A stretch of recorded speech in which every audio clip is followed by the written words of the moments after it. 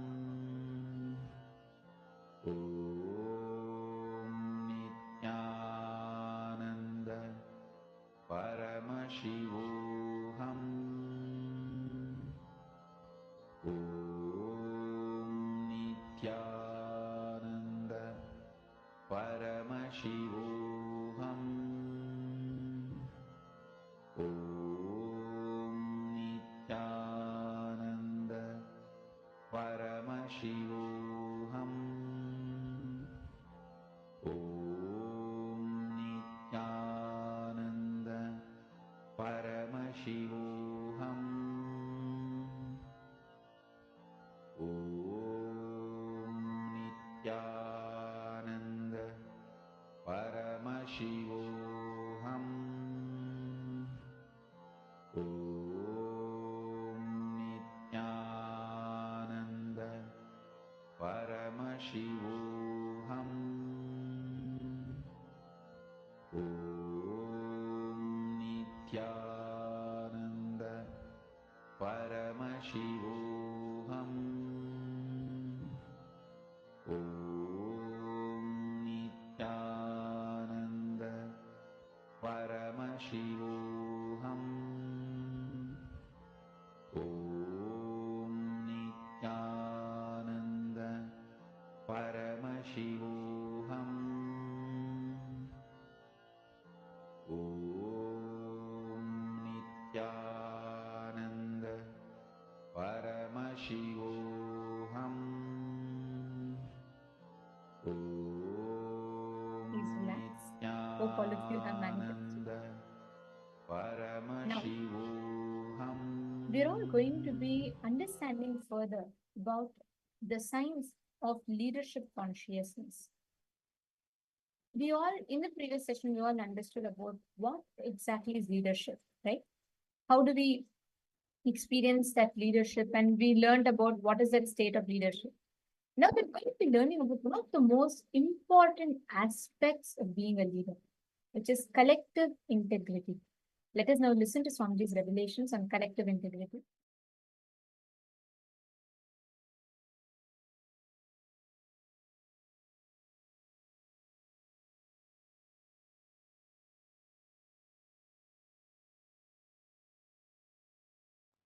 See, unfortunately, Hindus lost the understanding about this collective integrity. See, if a ship has to stay afloat, all the mechanisms in that ship need to stay integrated. It can be the maintenance engineer or the cleaning staff, captain, all the equipments fixed in the ship, everything, the machineries and all human beings, all of them need to be integrated for the ship to stay afloat. A maintenance supervisor cannot say, I have done my job, but the cleaning staff is not doing his job. What can I do? Anyhow, if the ship sinks, I will not be blamed because I have done my job. If a maintenance engineer thinks he is a fool because when the ship sinks, he is also going to die. Not only he is going to lose his job, he is going to lose his life. Now listen, let me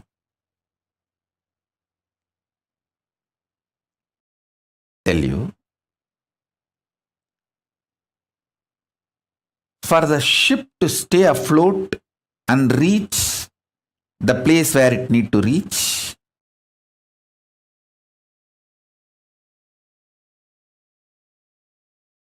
everyone in the ship need to be integrated. It's called collective integrity. A maintenance engineer cannot think, oh, I have done my job, but the fuel manager is not doing his job, or the cleaning person is not doing his job. So if the ship sinks, I will not be blamed. I will not be questioned. I am safe. Let whatever happens to others, or whatever others do or don't do, what is there for me. that level of integrity will not work for the ship to stay afloat. This is exactly done by the Hindus. In the modern day, everyone says, oh, I have tried my best, I have done my best. But others are not doing, what can I do? I have seen this as a typical mold.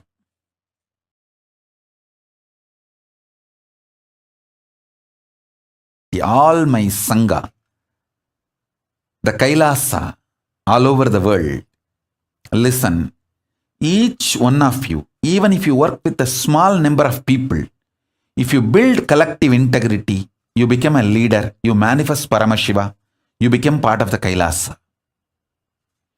Not just individual integrity, it is all about collective integrity.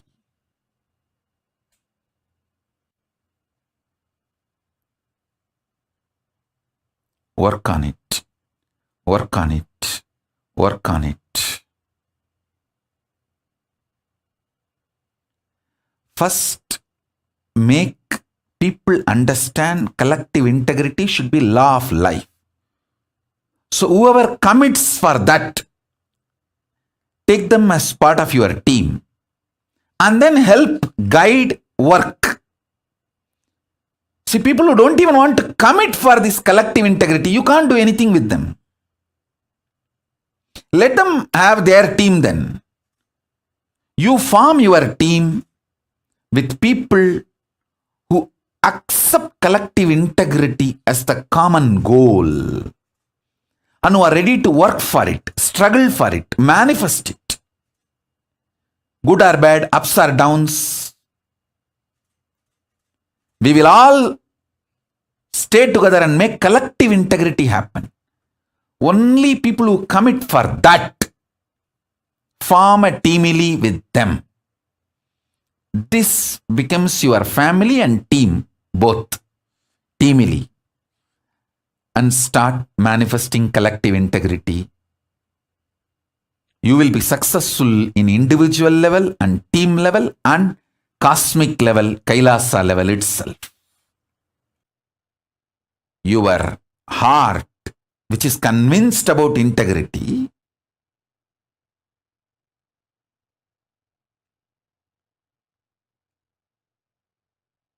need to convince all the organs of your body and organs of your life.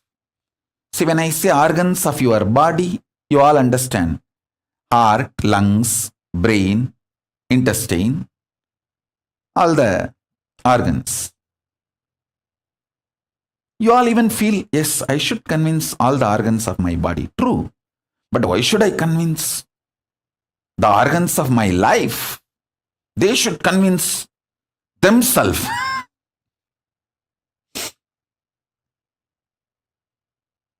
Actually, convincing all your organs and convincing the organs of your life is one and the same. All of you listen. If you are not able to convince your husband, some parts of your brain is still not convinced about it.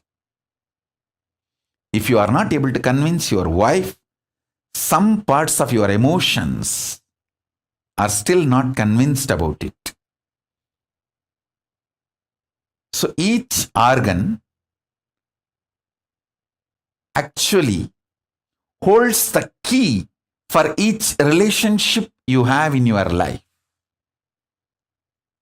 Convincing the organs of your body, convincing the organs of your life is one and the same. That is why I insist on collective integrity.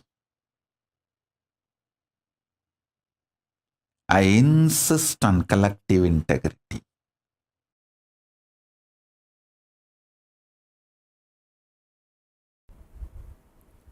Your stomach pain will be directly connected to the cobwebs you have not cleaned in your bedroom.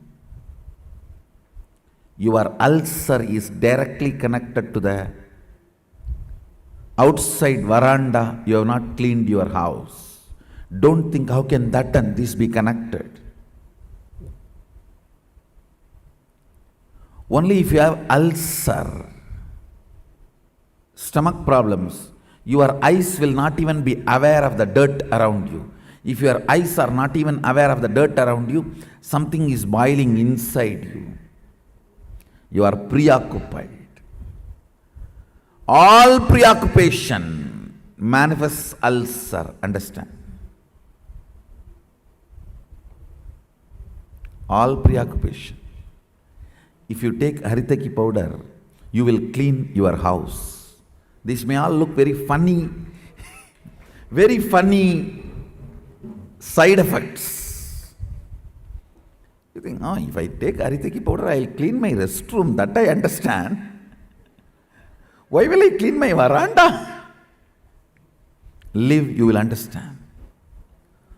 Many of these things are interconnected.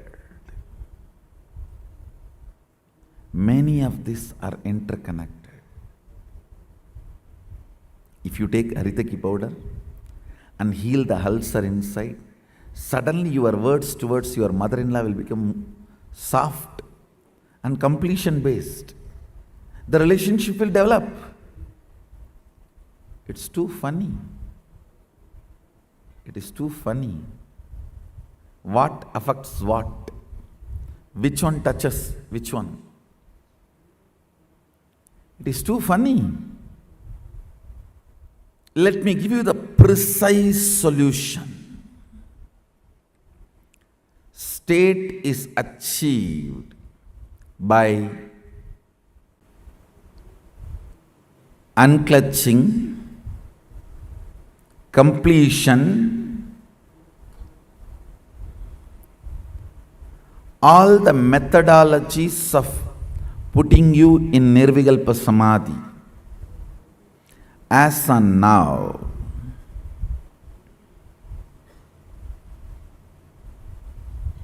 understand, I don't see any of my disciples at least manifesting any power without touching the Nirvikalpa Samadhi. And I also make sure you don't manifest powers before you touch the Nirvikalpa Samadhi, because if you start manifesting before you touch Nirvikalpa Samadhi, it will be Siddhi, not Shakti.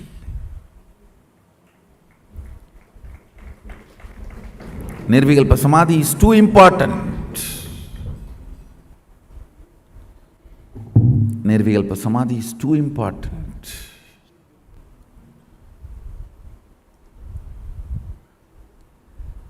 State is achieved by unclutching, completion. Of course, ultimately by initiation. The Shaktipada puts you into the state of Nirvikalpa Samadhi, state of Sadashivatva, oneness with Sadashiva. The space is created by more and more completion with others. When I say completion with others, whatever you perceive or cognize as others, making them part of your oneness is completion with others. Understand, whatever you cognize as others, persons, river,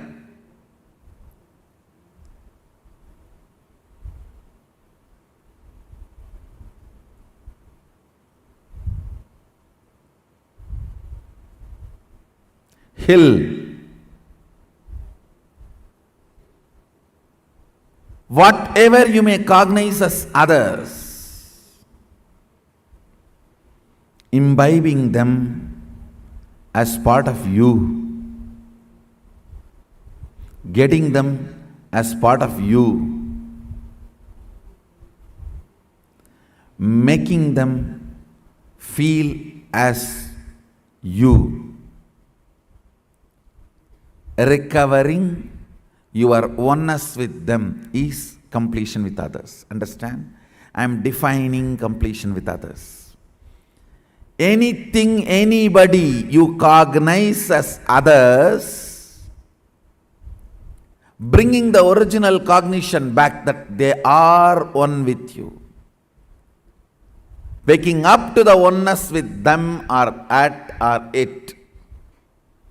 Realizing the oneness again is completion with others. Completion with others is not apologizing to others. Understanding others. Others are as complicated as you. Understanding others are as complicated as you brings completion with others. You are not a bad person, you are a complicated person. All your dimensions are very strong. What others consider as good part of you, what others consider as bad part of you, all are very strong.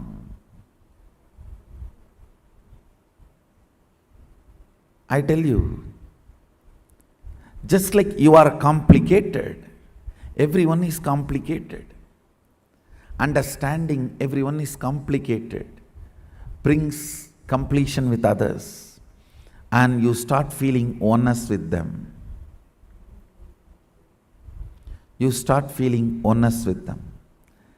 Identifying yourself with others, putting yourself not in their shoes but in their crown. Why should always that word, putting yourself in their shoes? No. We Hindus, we put ourselves in their crown.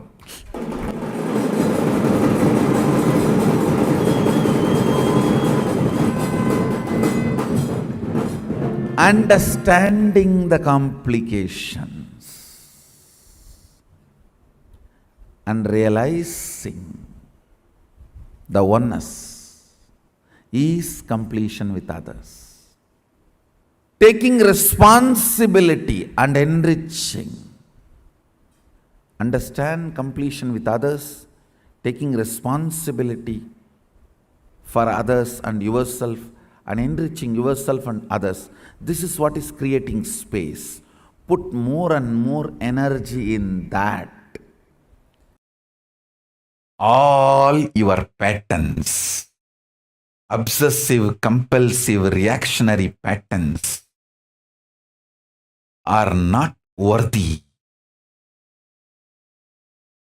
Life, Paramashiva's powers are only worthy to manifest, celebrate, enjoy. Listen carefully. Listen intensely.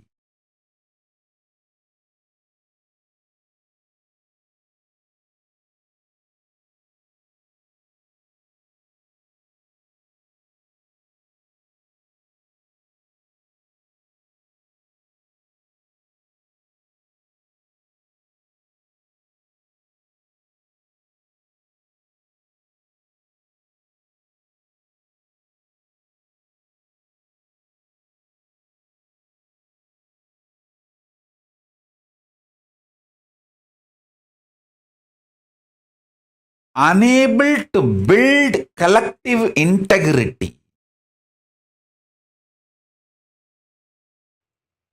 is just because of your obsessive, compulsive, reactionary pattern.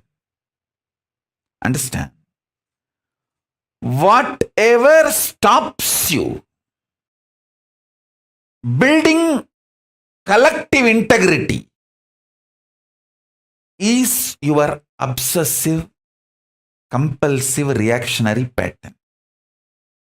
Sit and pen down what stops you building collective integrity around you. Behave ferociously with those patterns. You usually behave ferociously with the people, not with the patterns. Behave ferociously with the patterns. Behave cutely with the people.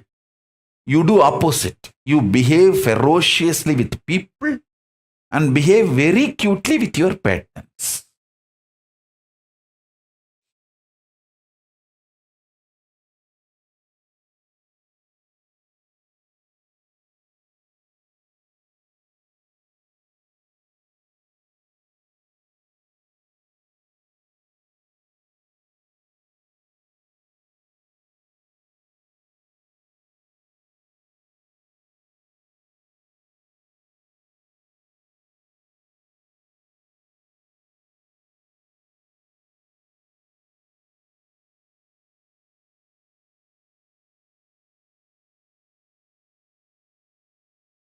Every time you behave ferociously with your patterns and break, you manifest at least one power of Paramashiva. Listen.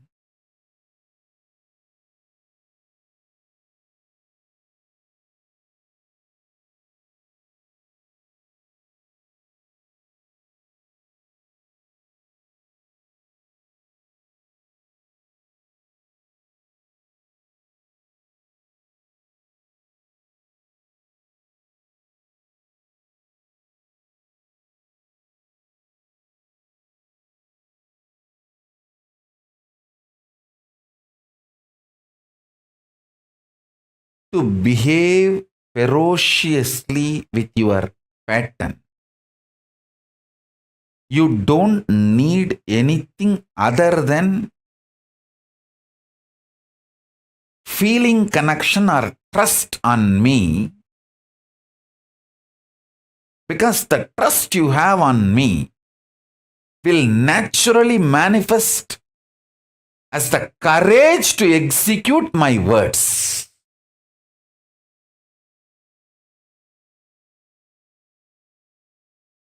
That is the way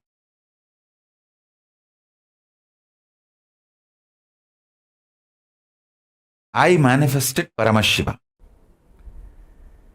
Intense activism, involvement, and deciding to make it happen. Nothing else is useful. Nothing else is required. The stamina, energy in the guts to make it happen. Will, persistence.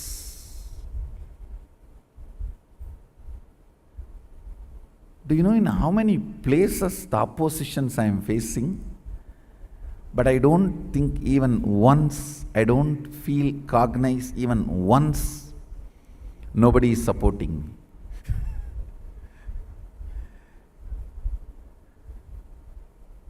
I am very clear because I have taken the responsibility. Sadashiva himself is supporting me.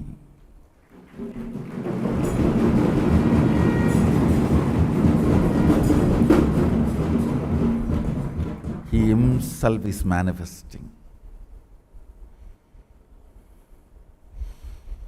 He himself is doing everything. Understand, you will have in your inner space 10 choices. One, oh, I am trying every best, nobody is supporting me. One thought current. Loser. Losers don't sacrifice. Losers are the arrogant, abusive fellows. Out of arrogance and abusiveness, no sacrifice will happen. This is another one thought current. The one more thought current. Oh, if I take the responsibility, I am only questioned, I am not supported. You are given everyday food, that is a support. You are given all your basic needs, that is a support. You are given all the survival needs, that is a support. But nobody bothers about all the support available. They think, oh, all my work everyone will do and I will put my name, that is what is called support. So that is what if you are defining and expecting as a support.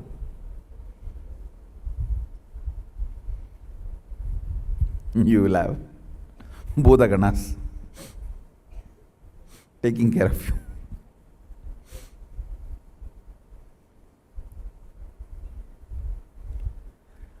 All these thought currents will run in you.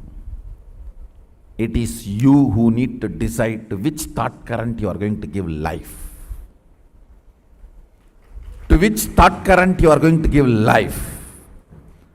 You are an adult. Decide to which thought current you are going to give life. Your life is going to be like that. That's all. To which thought current you are going to give life, your life is going to be like that. That's all. Understand? Somebody decided to have a Ganga Snan and started his journey from Rameswaram. Today he may not have Ganga. He may have only the streams in the roadside to take bath. But only if he does not dilute his vision, goal, at least after 1 year, he will reach Ganga and have Ganga Snana. Today you may not be as you really expect you to be or as I really want you to be. You may not be. But only if you keep my vision for you alive and moving towards it, at least in next 1 or 2 years, you will be settled and radiating, manifesting that vision.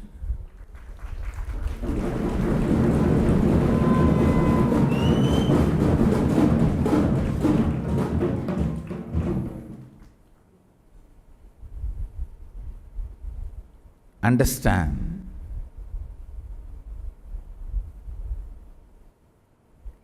Life happens to you when you decide to make it happen. If you are sitting, let things automatically come. Automatically only one thing will come, that is problems. Life happens to people who consciously decide. That is actually a good news. It comes to you only the way consciously you decide. Means what? You develop, you decide, you design. That's such a good relieving news. So I know there will not be any unexpected problems. That's a freedom. Feeling empowered. It is we who decide and design the life. To what you are loyal, that will be your life. To what you are integrated, that will manifest in your life. No question of reasons. I always tell, valid reasons for your failure does not make success. Valid reasons for not doing is not equivalent to getting it done, making it happen. Make it happen. Shock everyone by making it happen. That's my life. Last 44 years, this is the statement I can make comfortably about me.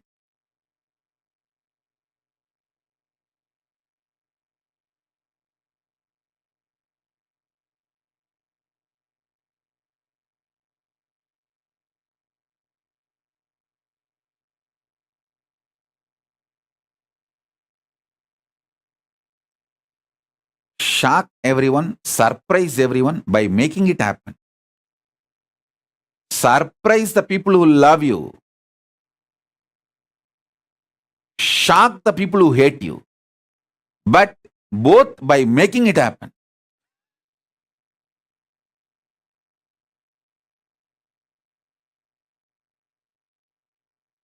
Whether I surprise or shock, it's always by making it happen.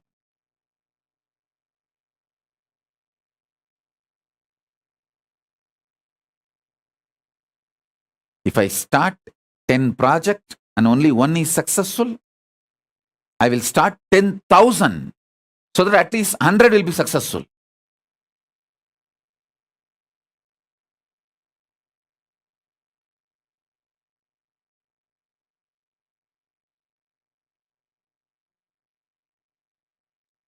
I won't even bother. Oh, I started 10, one became successful. Let me start 10,000 and at least 1,000 will be successful. Even if it's 100 is successful, it's okay. Let me start 10,000. Unending excitement, enthusiasm, power, consciousness, life positivity swallows that length, breadth, depth, time, space, all the lower dimensions and makes you manifest Ishwaratva. Manifest Ishwaratva in every level. Hindu ecosystem as the highest utility value and behaving with collective integrity and as a support system for underprivileged people. Understand? Behaving with collective integrity and being a support system for underprivileged people, not just doing charity, not just helping during the crisis, even in the regular life, supporting and raising the quality of life of the underprivileged people is the highest rate among the Hindus. Whether you see the Tamils in Canada or Patels in United States of America or the Sikhs in Canada, you can see the ecosystem of supporting the underprivileged people to evolve in their life is something fundamental. Empowering is fundamental in Hindu ecosystem. Each one of you is literally my extension. The life which is in all of you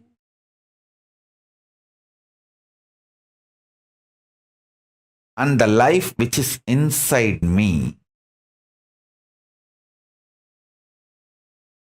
all of us are extension of the same source, Paramashiva.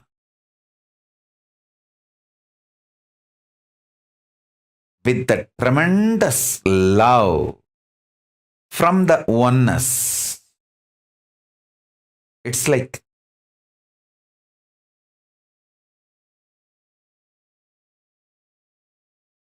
in India, in kindergarten schools, the kids will be forcibly made to sleep during the noon time after food. All of you have to just lie down in a row and naturally kids, when they have so many friends, they don't want to sleep, they want to play.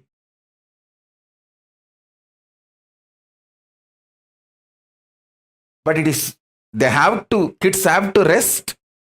It's a rest time. So the kids will keep one eye closed and watch through one eye whether the PT teacher who is in charge of making the kids rest, the moment the teacher steps out of the classroom,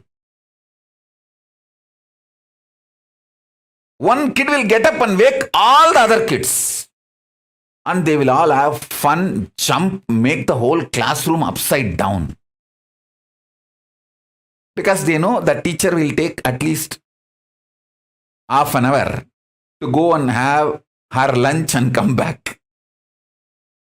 That half an hour, these kids will have fun make the whole classroom upside down.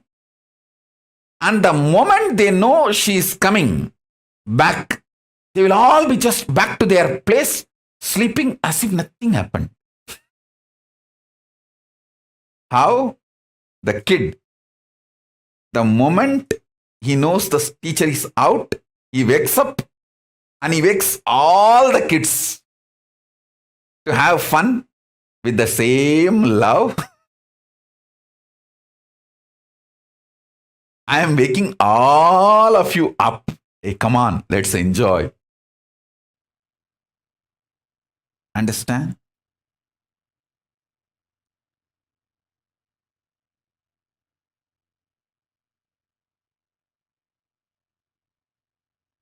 Especially when it comes to guru-disciple relationship, the option to drop does not exist because it is janma vrata, bandha. It's a relationship of janmas and janmas, births after births. Only due to the tapas of so many births, you even feel connected. And after getting connected, you only have to grow more and more in collective integrity. Kailasa is all about ecosystem which makes you manifest this great cosmic sciences, possibilities, powers. Whatever I am talking, making it all this as a reality. Making an ecosystem where all this is life, really life. I realized we need a political sovereignty to make all this into reality. Where the collective integrity is the law of life. So that you are always focused. You are always working towards making the individual integrity to manifest into collective integrity.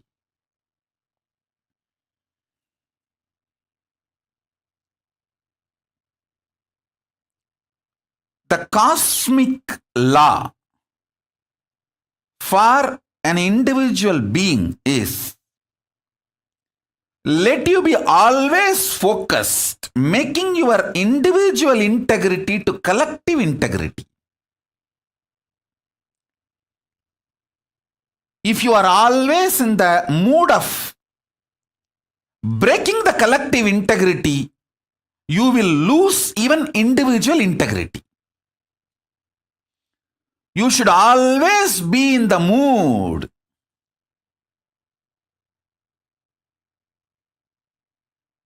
of making your individual integrity into collective integrity. First, make people understand collective integrity should be law of life. So whoever commits for that, take them as part of your team and then help guide work. See, people who don't even want to commit for this collective integrity, you can't do anything with them. Let them have their team then. You form your team with people who accept collective integrity as the common goal and who are ready to work for it, struggle for it, manifest it. Good or bad, ups or downs, we will all stay together and make collective integrity happen. Only people who commit for that form a teamily with them. This becomes your family and team, both teamily, and start manifesting collective integrity. You will be successful in individual level and team level and cosmic level, Kailasa level itself.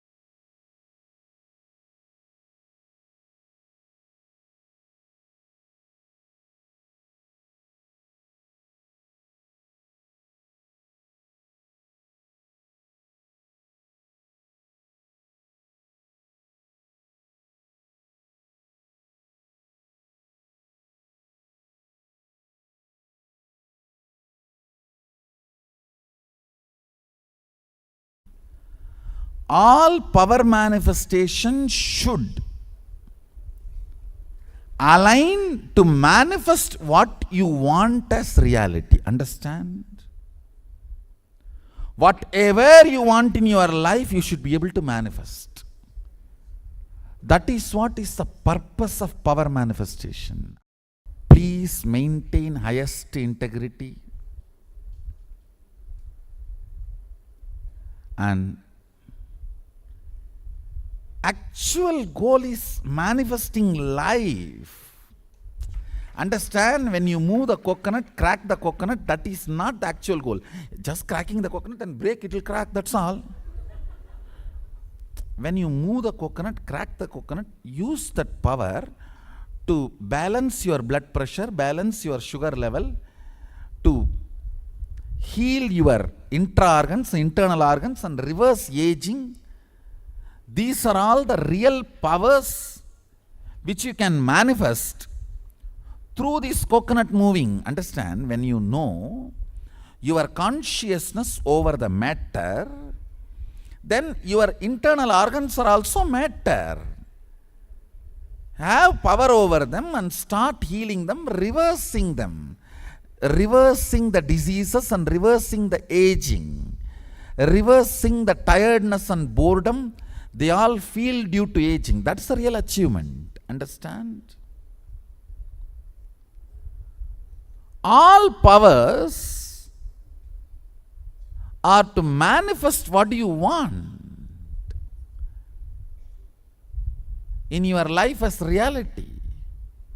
If you are able to materialize something, then start using that power every day in your profession, in your career,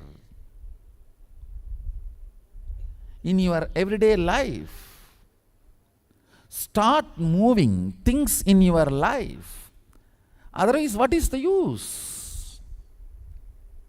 What is the use of this so-called materialization or other manifestation of powers? So understand, manifestation of powers is to manifest Ishwaratva. Means,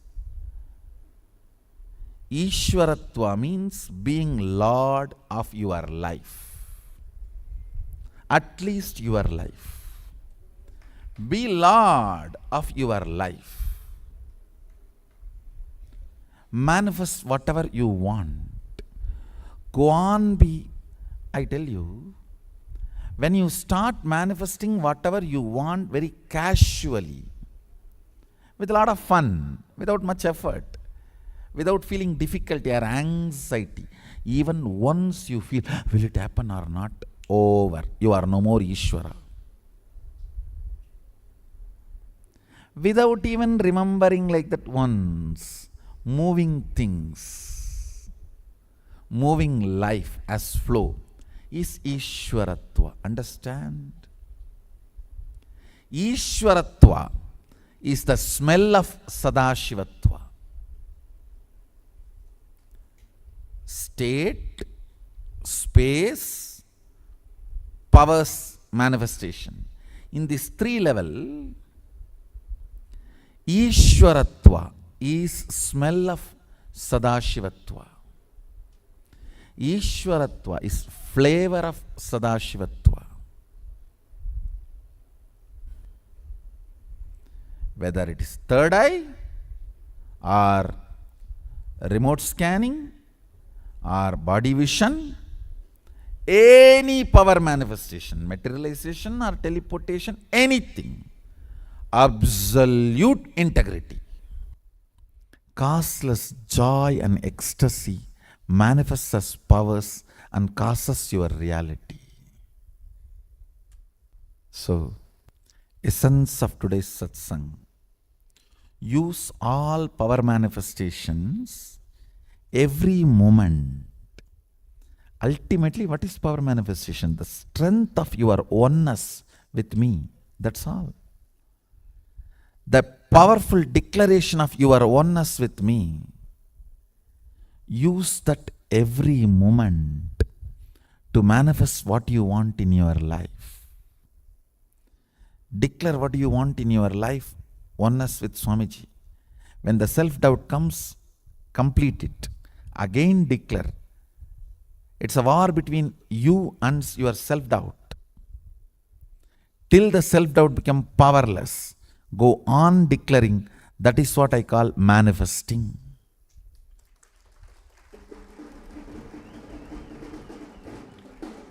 Even materialization should be in 3 seconds of your declaration. When you bring yourself to that oneness, let Swamiji express through this body and let it materialize. It should be only 3 seconds. The moment the sankalpa comes out of your mind, within 3 seconds it should come out of your hand, then it is materialization. Only then it is materialization. Understand, if it is not happening, then there is a self-doubt, self-denial, self-hatred. Complete it, again start. Complete it, again start. Do it with absolute integrity. And I commit with you all, Sadashiva will manifest.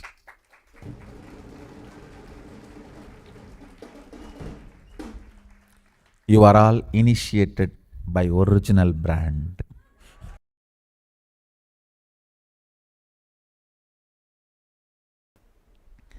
Love is the fuel for you to experience oneness. That is what is showing in that one incident. Each incident, he personifies one sacred secret and he manifests that power which is expressed by that one sacred secret. If you want to manifest the power of all pervasiveness, practice the sacred secret of love being your driving force, not fear or greed.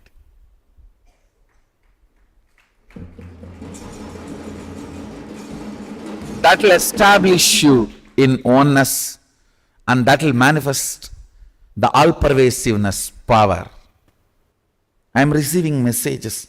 I am having initiation, Swamiji. I am manifesting power. Sometimes it is clicking, sometimes it is not clicking. It means you are still in the mood of dating, not in the mood of permanent, settled, long-term relationship. Still you are in the mood of, let me see how works. No. Sadashiva is not available for dating.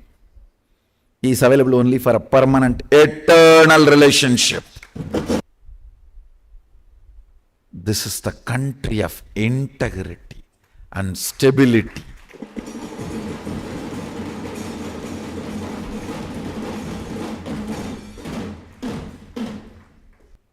The society derives its stability from the integrity of the individuals.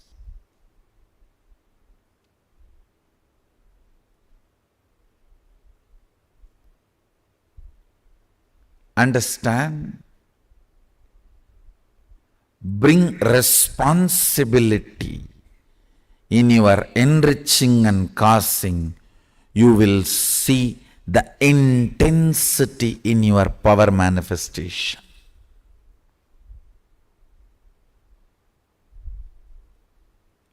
Responsibility in your enriching and causing. You decide. It is your integrity, your responsibility, your stability. That is going to manifest as powers in you.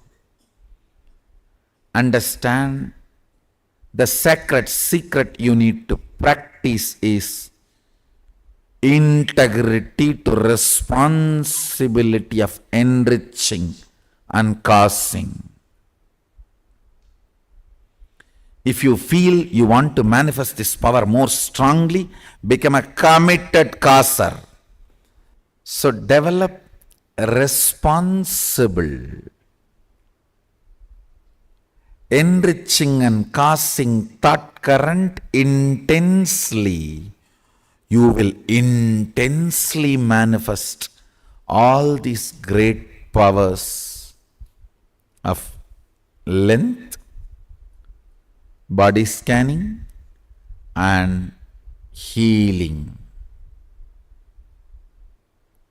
This will manifest so intensely. You will be able to do all this remotely. You will be able to perform spiritual surgeries remotely. You will melt tumors, break kidney stones, melt the fat. You will perform even beauty surgeries just through the third eye. Just through the third eye. Understand? You can alter the DNAs just through the third eye. You will manifest intense powers of logic.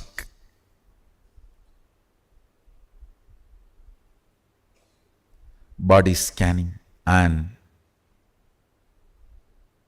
healing. Again, I want to remind you, it is your intense responsibility to enrich and cause. It is your intense commitment to enrich and cause opens your being to Mahasadashiva. Understand? I'll tell you exactly what happened in me. When you have a consciousness which can command and execute something that is one with ultimate, so you are ultimate.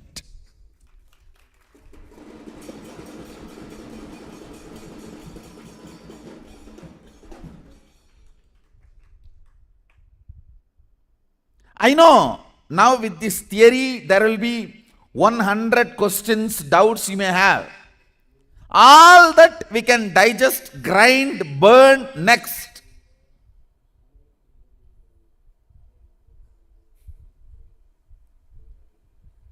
But the first click is right. That first click was so powerful.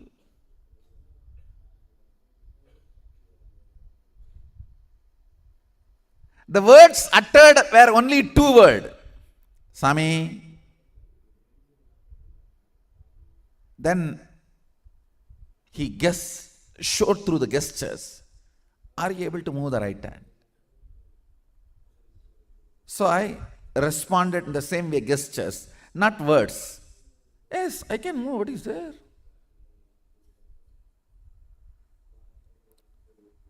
So just when this gesture question answer was going on, I could understand very clearly what he is trying to convey.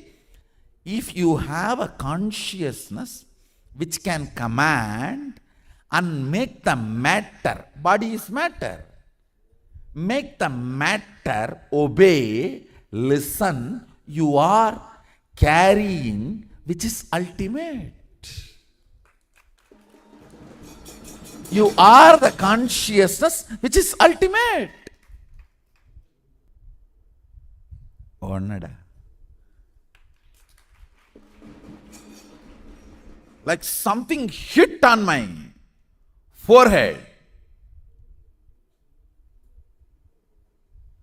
It was such an ecstasy blossoming, flowering.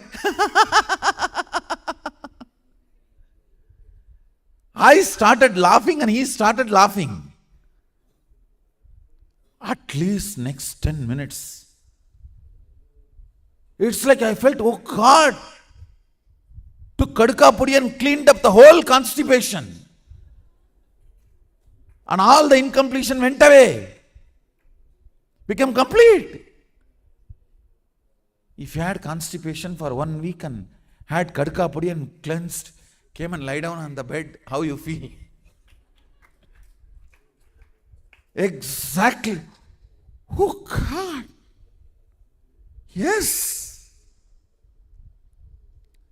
if I have something which has a power to will and command and make the matter obey, then I have a consciousness which is ultimate. From that click, started manifesting powerful cognitions. Hey, if this consciousness can move these hands, why not the air next to the hands? Why not the stone next to the air? Why not the hill next to the stone? The powerful cognitions have started manifesting. And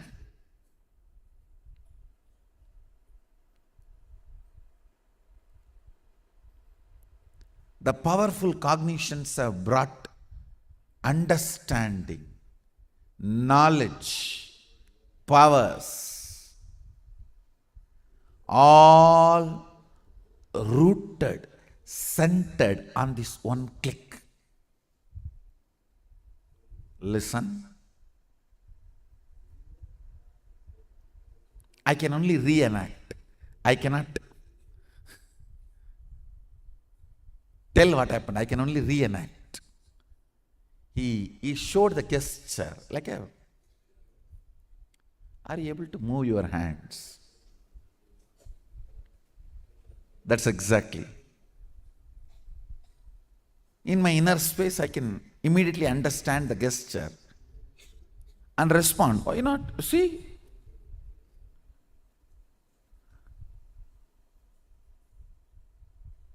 In this interaction itself,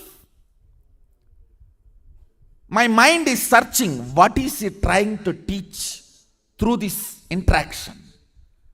What is he trying to insert into me by this gesture? I started looking for, yes, he is asking, can you move your hand? And I am saying, yes, I can. What is the problem? What is he trying to convey through this? I can see very clearly the next understanding coming to me. So, commanding, and the commanded is obeying. The will is acting on the matter, being established in the consciousness. Then what? I was looking into his eyes. Oh, nada.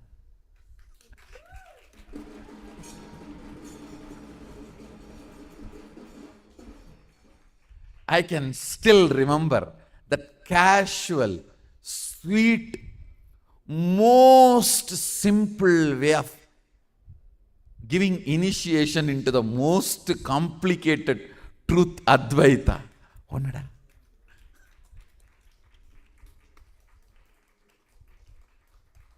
That twinkle in the eyes. Oh, nada.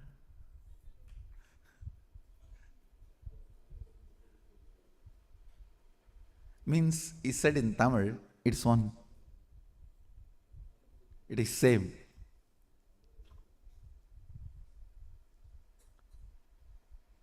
Understand. Now the punchline. Listen. If there is a will established in consciousness which can move the matter, your hands are matter, the body is matter. If there is something which is you, which can give a command to move this matter, and this matter moves, the ultimate is in you. It can tell, command, order any matter to move.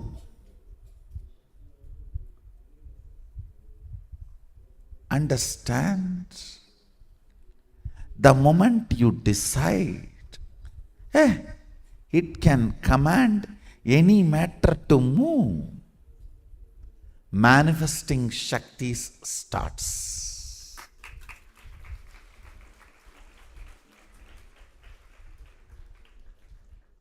I am telling it is not moving is inauthenticity, powerless cognitions, the conclusions before even you try.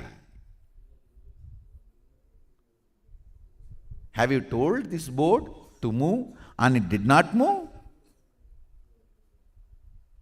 If that is the case, you have not told to the board the way in which the board can listen.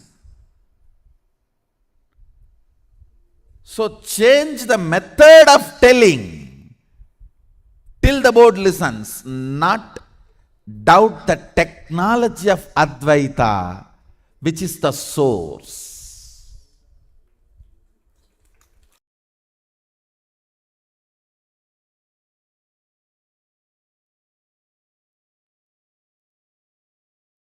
Peace-based powerfulness is a fundamental requirement for Paramashivatva to manifest. That is why people who don't want us to manifest Paramashivatva or power manifestation do not want to allow the peace in our life or do not want peace in our campus. Understand? But only if you are peaceful, which cannot be shaken even by the demons and devils and rakshasas, we can be in eternal peace. So, remember this very clearly.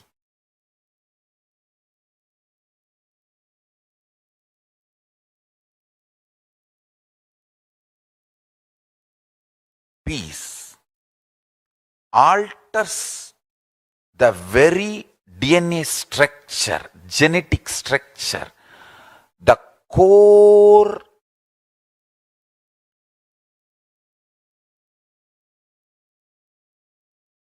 Anu Mahat structure. Understand? Anoraniyan Mahato Mahiyan. The consciousness in you is atom inside the atom, Mahat, more than Mahat. That Anoraniyan Mahato Mahiyan. That consciousness starts growing in you with more and more peace-based powerfulness developing in you. Nothing can be compared to unclutching. Spend more and more time, energy in unclutching. It will never be wasted. Time spent on unclutching is the most productive time for you in your life, because unclutching completely makes you altogether a different material. Understand? It makes your very biomemory, muscle memory, core structure, molecular structure, genetic structure, DNA structure, everything, all the 8 energy flow circuits, 7 energy flows, 1 the pure conscious explosion. So totally 8 energy flow circuits exist in you. All the 8 explodes when you unclutch. Understand? Unclutching is the space of Sri Kailasa.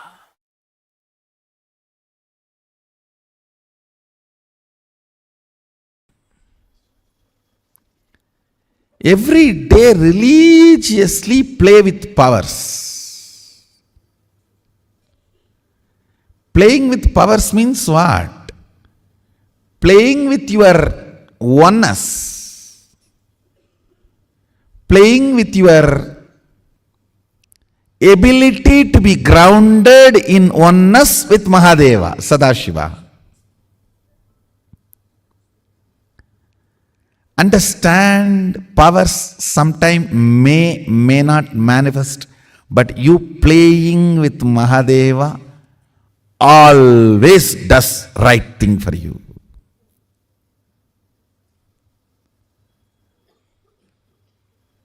That's the best thing for you. Sometimes the food you ate will be digested, sometimes may not be digested. That does not mean you will stop eating.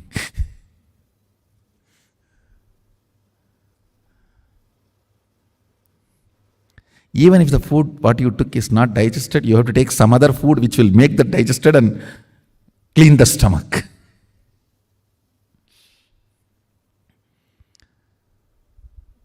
Some people ask me, what is the solution for power not manifesting? Solution for power not manifesting is power manifestation. That's all.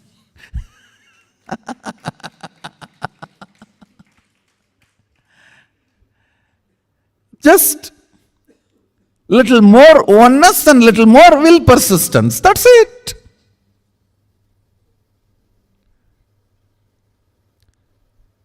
Power manifestation will automatically make you integrated. Man with $1 billion will not lose his integrity for a penny on the street. Law of life. Understand? Law of life. Integrity is a law for the poor man, moral for the middle class man, way of life for a rich man. I am not talking just in ordinary money sense. I am talking from the sense of powerfulness. Integrity is the law to be enforced on a powerless poor man. It's a moral to be taught for a middle class man who faces ups and downs. It's a way of royal way of life. Raja Vidya for powerful being. So all your energy, your effort, your will, persistence should go on power manifestation. So naturally, your idea about you will be raised. Understand? You just need to feel all the time you are Harry Potter. Means we can create a new word. Hara Potter.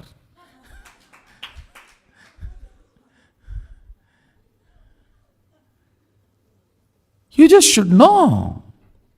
You have that oneness. Spider. You can just stretch your hands and that spider will spread all around and you can do what you want. Oneness is the material. Oneness is the existence.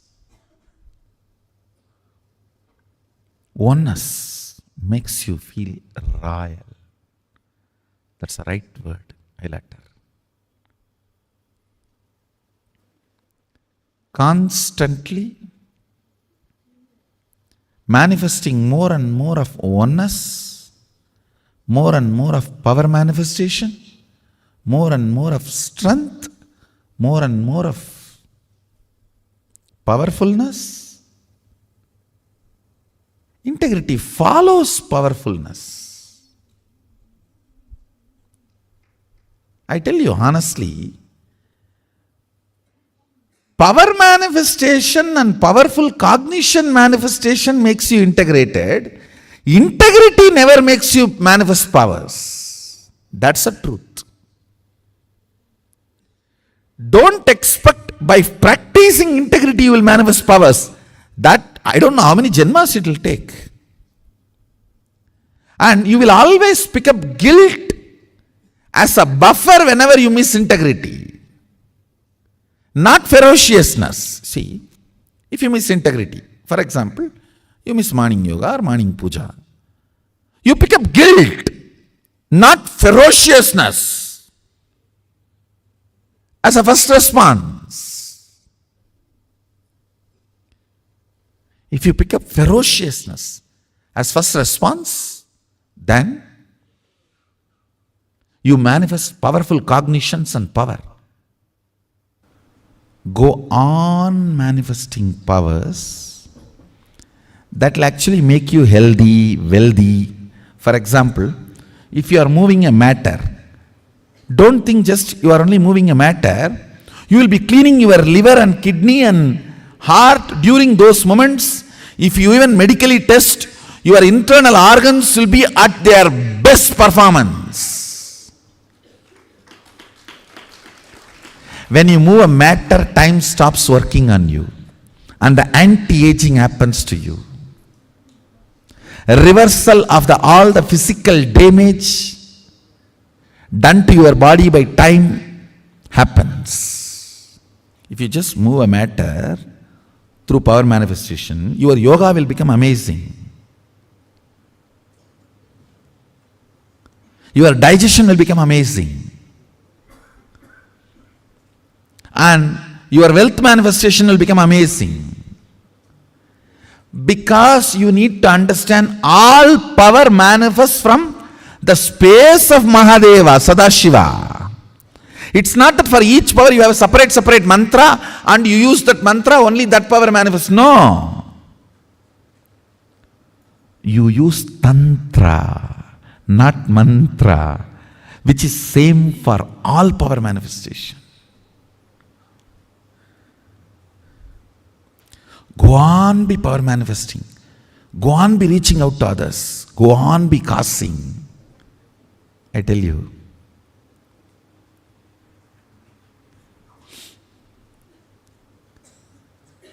That just makes you a pure channel of Mahadeva, Sadashiva.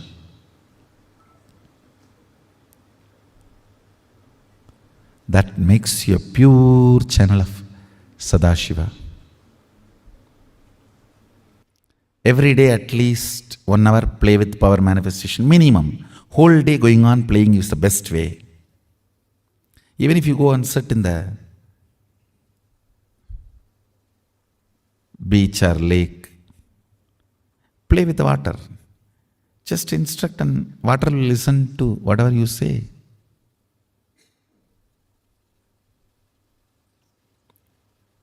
Be part of this Sangha. That will help you tons of ways to do power manifestation.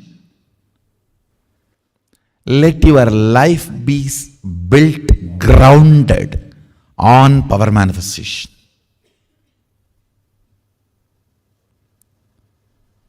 Every way, think and align. Let your life be grounded on power manifestation. Listen.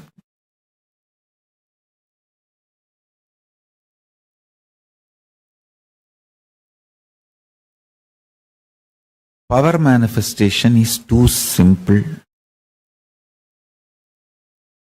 and really too powerful and too useful for your day-to-day life. It's a most useful spiritual practice.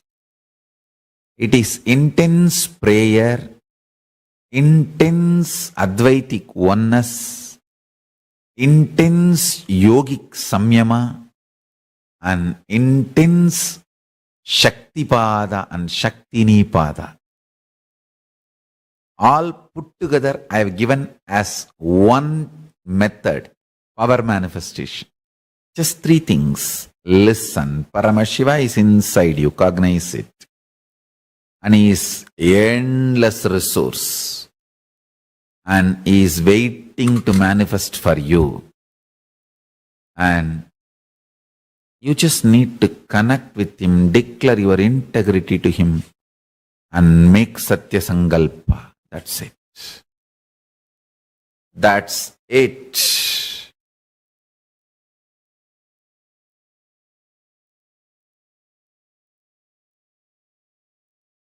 Just watch few satsangs related to power manifestation. See how I had initiation from Arunagiri Yogishwara, from Nerur Sadasiva Brahmendral, from Mahavatar Babaji. All those stories, just read. How I had initiation from Annamalai Swamigal, Isakki Swamigal, Raghupati Yogi. Read all these stories. Every line will give you a deep understanding about this whole science.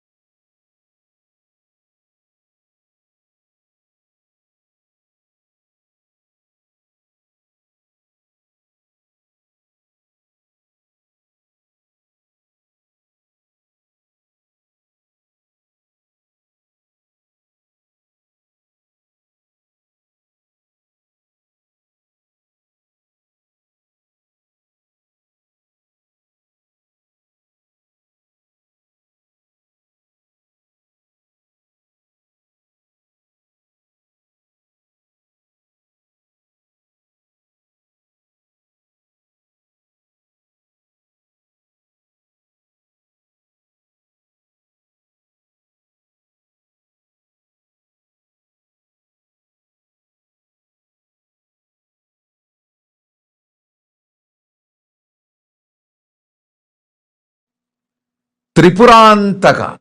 This is the form in which he opened his three eyes. The manifestation as Tripurantaka, he opened three eyes and burnt Tripurasuras, the three demons who had three worlds for themselves.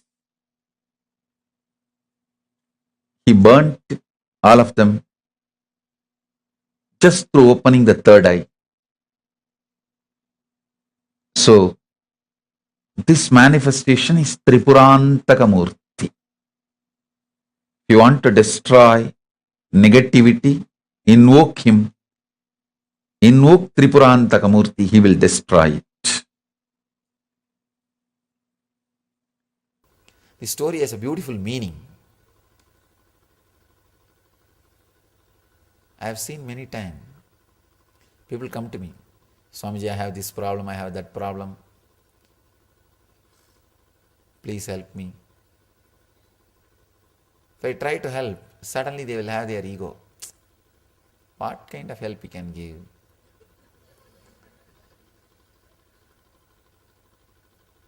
All kinds of doubts. Many people come and they think, if such a big organization is there, I can also do what Swamiji is doing. Sometimes when ego comes, you start judging.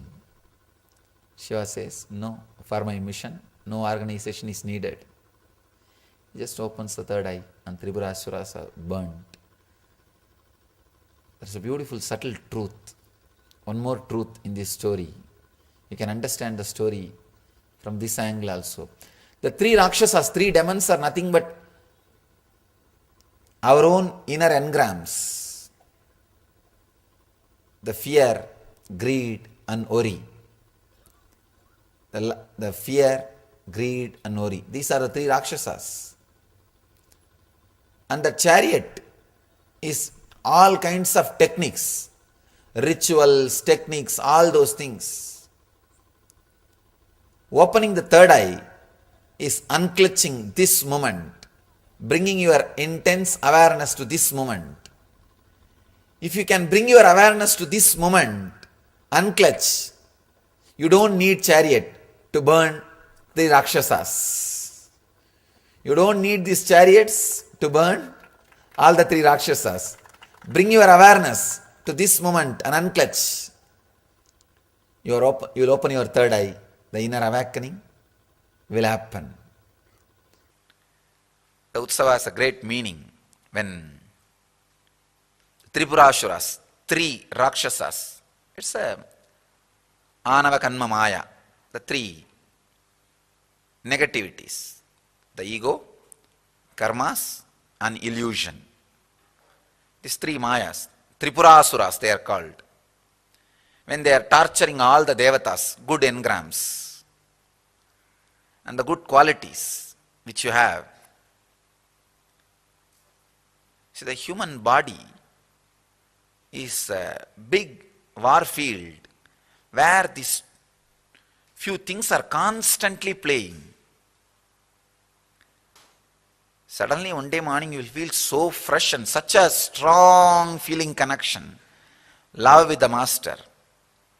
By evening some samskara will trigger and some foolish idea will come up, the full of hatred, fear, anger, anxiety, insecurity, hatred.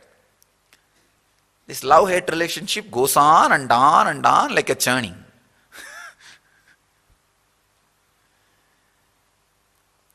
This Tripurasuras torturing devatas is same thing. Shiva wanted all these fellows to see how he is destroying them. So all these fellows said, oh God, let us get ready. They are all packing up, left and right, preparing. Somebody gave the suggestion, after all Shiva himself is coming to destroy, should we not make a beautiful chariot? Indra said, yes, right, you are right, your suggestions are right. They started making a huge chariot. Brahma himself becomes a charioteer. All devatas becomes the sculpture. And Chaturvedas, 4 Vedas become 4 horses. And Yamadharma himself becomes a weapon, and Indra himself becomes a base plate. All the rishis and ganas and munis, everybody becomes some part of the chariot. All their powers becomes the embodiment of the chariot. And during this big process, suddenly Indra got the ego. With so many rishis and munis, ganas, devatas, gods, goddesses, with so much power, why Shiva? Anybody can destroy these three Rakshasas if so much power is united. That's all he thought. And Shiva just smiled. Did I ask for this chariot? Did I ask your help? I just said, come on, come with me and enjoy the scene. But you fellows try to build this chariot and start feeling you are too important in his mission.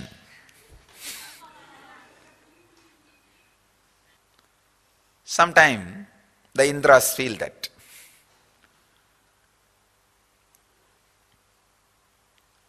And Shiva just smiles and looks at Indra.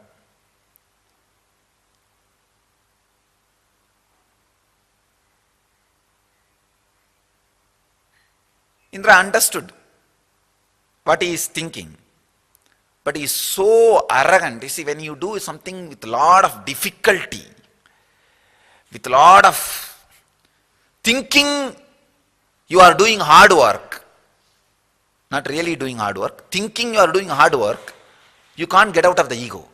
That's a big problem. So Indra has the same problem. Indra got into the same problem. What? We have done so much hard work. How can? This is too big. This is an important factor in Shiva's mission. It's not even Shiva's mission. It's for this fellow, he took the job. For these fellows, he took the job. And see the whole confusion. For the sake of this devatas, these guys come and cry. He takes up the job. When he takes up the job, he just tells them, come on with me and enjoy. But these guys can't keep quiet. They will try to do something, behave as if they are doing hard work. And they will get into the ego. And then they will tell, it's all because of this hard work. So what to do? Shiva just smiles. And they have done only one mistake in building the chariot. They did not worship Ganesha. How dare you fellows create this whole chariot without worshipping me? And the moment they completed the chariot and tried to move, he came and broke the axle. Axle got broken. And now the whole chariot is down, and Indra is in a big depression. He rushes towards Shiva. Only when the depression comes, sometimes sense also comes into the brain. He runs, not ordinary depression, it's like a suffering, depression because of suffering. Inability. He runs to Mahadeva. Mahadeva smiles at him and says, don't bother.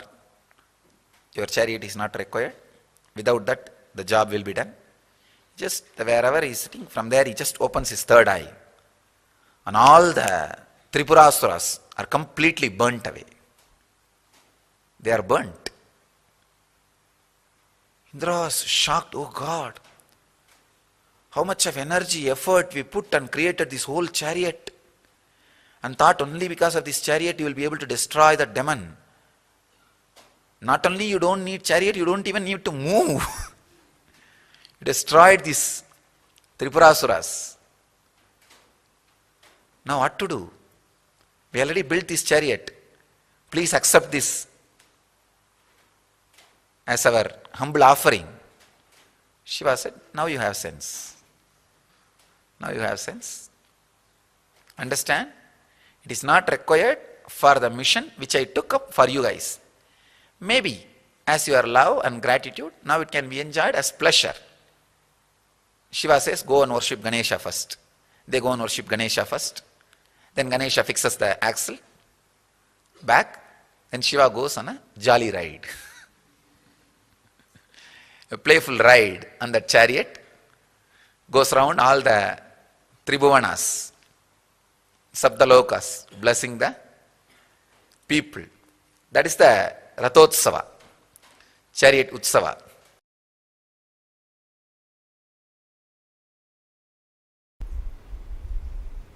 Third eye. It is also described as Anya in Sanskrit. Anya means will. Will to exist or will to collapse. Any will you carry is Anya. If your will gives you the hope about life, you will have life. If it gives you hope about death, you will have death. Anything you decide with your will, you manifest that. Understand, every breathing you do, you are giving life to your will to manifest. Every rupee you spend, you vote for that. If you are spending 1 rupee on pizza, you vote for pizza and its future. If you spend 1 rupee on Coca-Cola, you vote for Coca-Cola and for its future.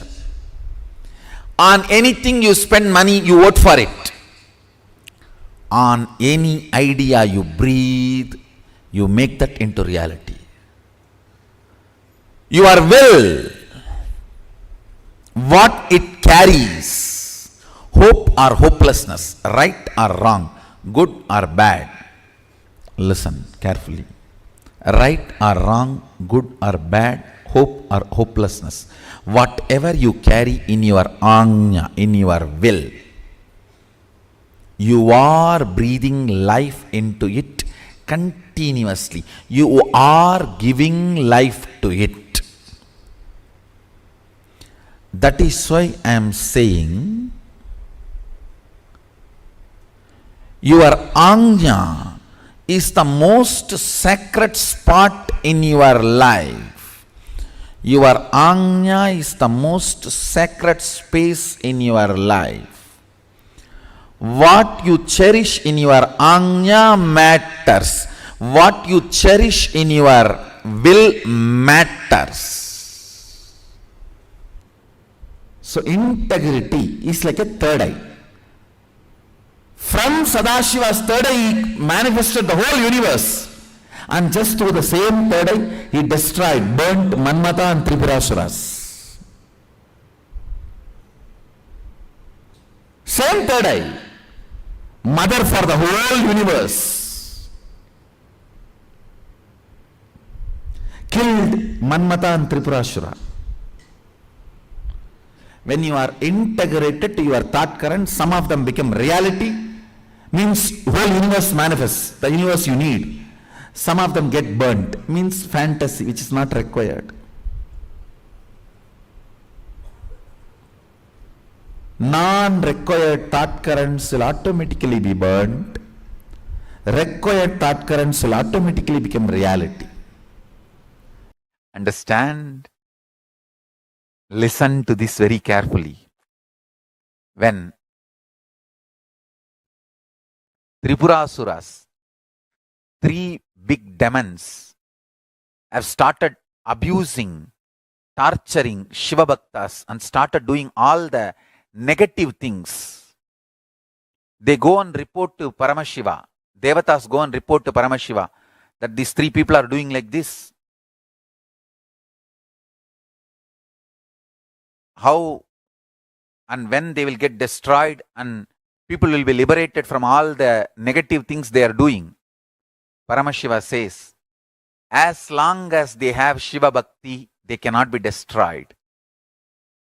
Immediately, Devata's plan, and sent some people, poisoned them against Shiva, and they lost, the three demons lost Shiva Bhakti. See, already the negative karmas were getting loaded, and they just the tipping point, when they lost the Shiva Bhakti over, Shiva destroyed them. So in all three worlds, whoever lost their bhakti for Paramashiva, they went and ganged up with Tripurasuras.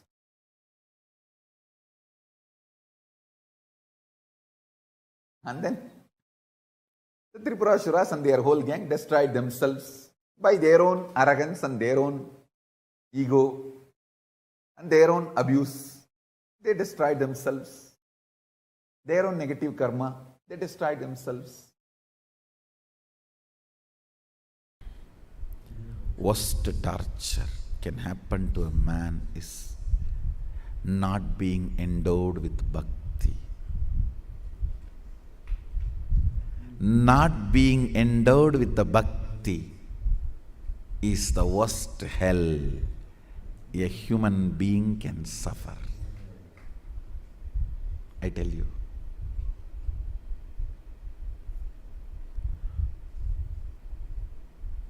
Sadashiva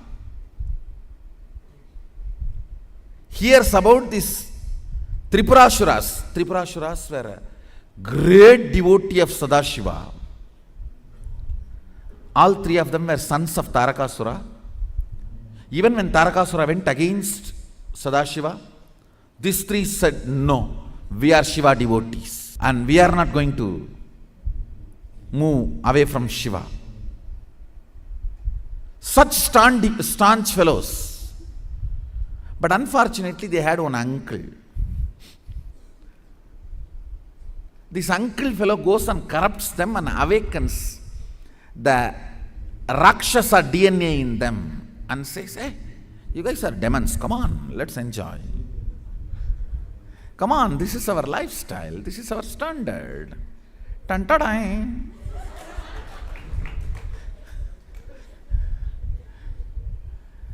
And this uncle goes and corrupts them, and through the peer pressure, he makes them do all the non-integrity things. So the Devatas go and cry, see these Tripurasuras, your devotees, empowered by you with so much of powers, are misaligned to the cosmic dharma and disturbing the flow of the cosmic dharma. Nobody can touch them because you empowered them. What to do? Something has to be done. They have to be destroyed now. Simple. Sadashiva looks at Narada and tells, go and talk to that uncle who spoiled them. To take the next step, just remove Shiva Bhakti over. That's it. Narada does all this job very well. He goes and tells the uncle, hey, you have done such an amazing job of moving them out of, they are almost becoming devatas. You should retain your identity. Wow, now you almost made the whole thing Pakka Asuraloka. And why unnecessarily these big Shivalinga and temples? Shiva Bhakti is not the identity, or it's not fitting with this whole Asuraloka setup. It's something out of place. That uncle fellow, don't worry, I'll manage. Don't worry. So he made sure next few days the drunk time was expanded little more, and few days Shiva Puja is broken.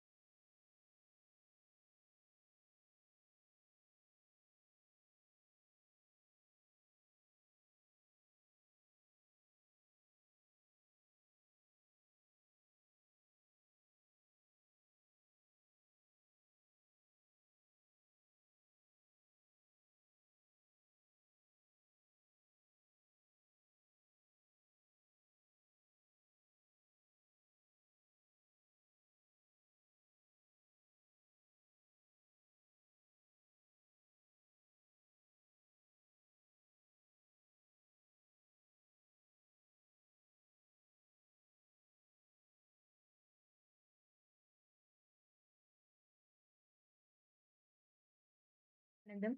All of us listen to amazing revelations on how the process of awakening the leadership consciousness happens inside of us. And we all learned about how exactly the Ishwaratva manifests when you take responsibility for the collective integrity. Now, we are all going to be receiving the darshan of Bhagavan Tripurantaka Murti form of Paramashiva. Swamiji, Swamiji is going to be initiating all of us to manifest this experience, a state of leadership consciousness. Today, as we all receive the darshan of Tripurantaka Murti form of Paramashiva, we're all going to be receiving the ability to manifest, to radiate leadership consciousness as our very experience. And for this very same darshan, we would request all the participants to please settle down. Come in front of the camera, be seated. Let's all prepare ourselves to receive the darshan.